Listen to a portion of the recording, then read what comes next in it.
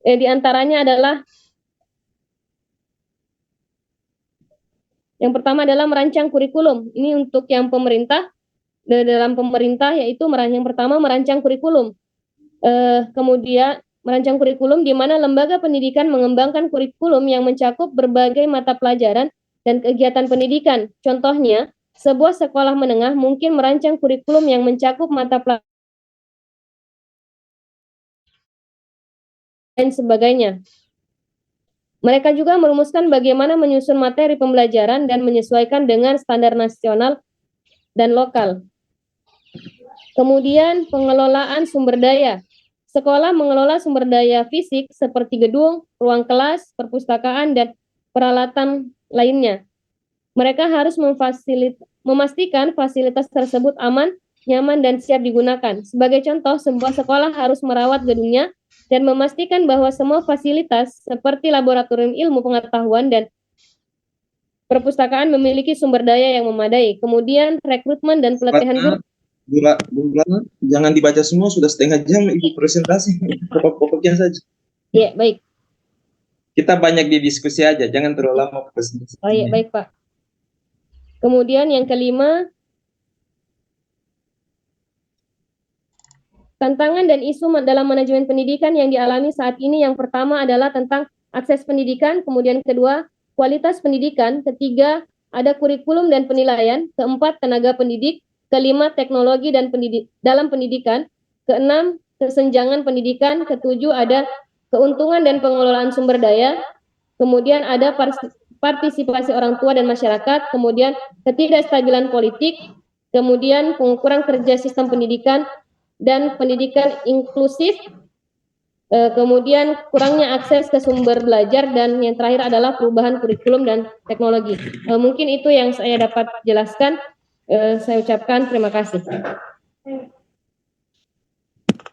Baik, silakan teman-temannya. Jadi ada beberapa hal yang bisa kita tangkap ya terkait penjelasan dari makalah Ibu Ratna ya, bahwa memang pada masa awal memang ini manajemen pendidikan Islam sebenarnya sudah ada dari sejak awal ya, yaitu dimulai dari pendidikan keluarga yang diajarkan oleh Rasulullah SAW, kemudian beralih ke masjid, dan pada akhir abad 13 itu sudah mulai muncul ya, namanya pesantren-pesantren. Baik, untuk lebih mengembangkan pembahasan kita hari ini, saya serahkan kepada rekan-rekan sekalian untuk bisa memberikan masukan, tanggapan, atau beberapa pertanyaan terkait materi dari Ibu Ratna pada hari ini. Saya persilakan, mungkin kita batasi dulu untuk 3 pertanyaannya kalau ada. Bisa silakan tanya Ustaz? Ya. Zubair. Baik Pak Zubair, silakan Pak Zubair.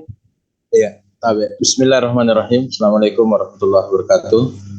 Terima kasih kepada Bapak dosen pengampu mata kuliah ini atas kesempatan yang diberikan. Saya ingin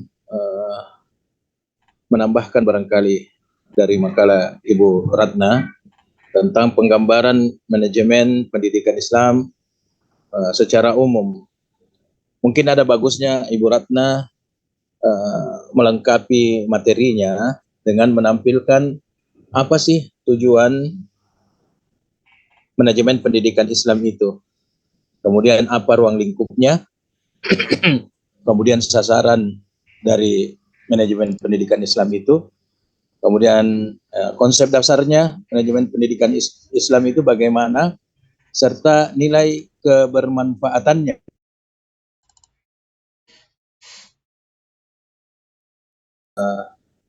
Ada tambahan seperti itu mungkin semakin bagus daripada materi yang disajikan oleh Ibu Ratna.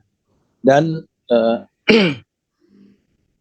sebagaimana yang saya dapat tarik kesimpulan dari materi yang disampaikan, saya bisa menyimpulkan bahwa ternyata materi manajemen pendidikan itu, ya kalau kita ambil sesuai dengan definisinya, kita bisa buat kesimpulan dia adalah sebuah proses, sebuah penataan, atau sebuah pengelolaan lembaga pendidikan Islam yang melibatkan sumber daya manusia muslim dalam menggerakkan lembaga tersebut untuk mencapai tujuan pendidikan Islam secara efektif dan efisien, ya, sebagaimana yang kita inginkan.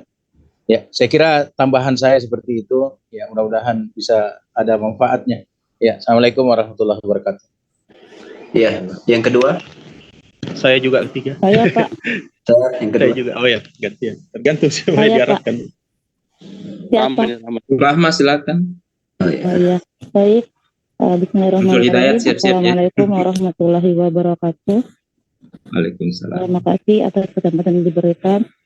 Langsung aja Pak, terkait dengan materi kita pada hari ini mengenai gambaran umum pendidikan Islam.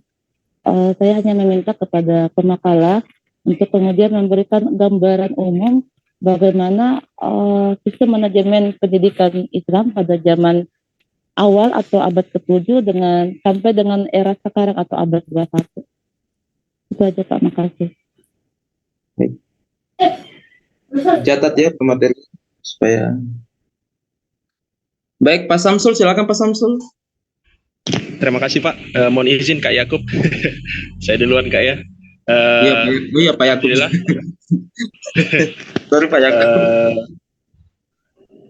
Baik, tadi sudah kita simak bersama sekaligus membaca makalah yang telah disampaikan oleh Bu Ratna. Ini tentang gambaran umum manajemen pendidikan Islam. Tadi sudah dijelaskan secara kronologis ya, dari zaman Rasulullah sampai saat ini, yang kemudian kita temukan bahwa puncak masa kejayaan Islam termasuk dalam pendidikannya itu adalah pada masa dinasti Umayyah Abbasiyah ya. Bahkan sebagian ahli menyebut Islam ketika itu mencapai puncak kejayaannya atau the golden age of Islam, mercusuar peradaban dunia.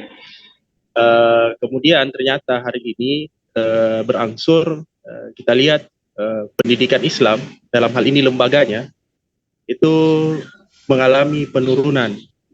Bahkan kalau kita rasakan hari ini lembaga-lembaga pendidikan Islam itu menjadi kelas kedua, ya kelas kedua dalam hal pilihan masyarakat dalam menjadikan sebagai tempat belajar, tempat pendidikan anak-anaknya. Itu kita rasakan, kalau saya rasakan, entah Bapak Ibu sekalian apa yang dirasakan atau tidak.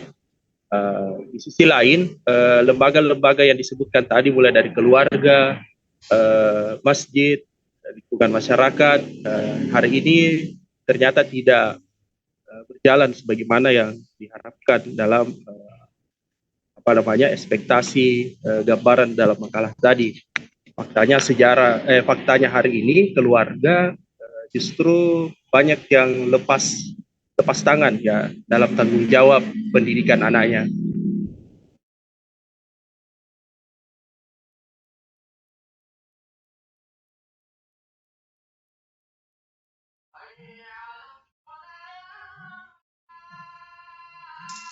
Aduh.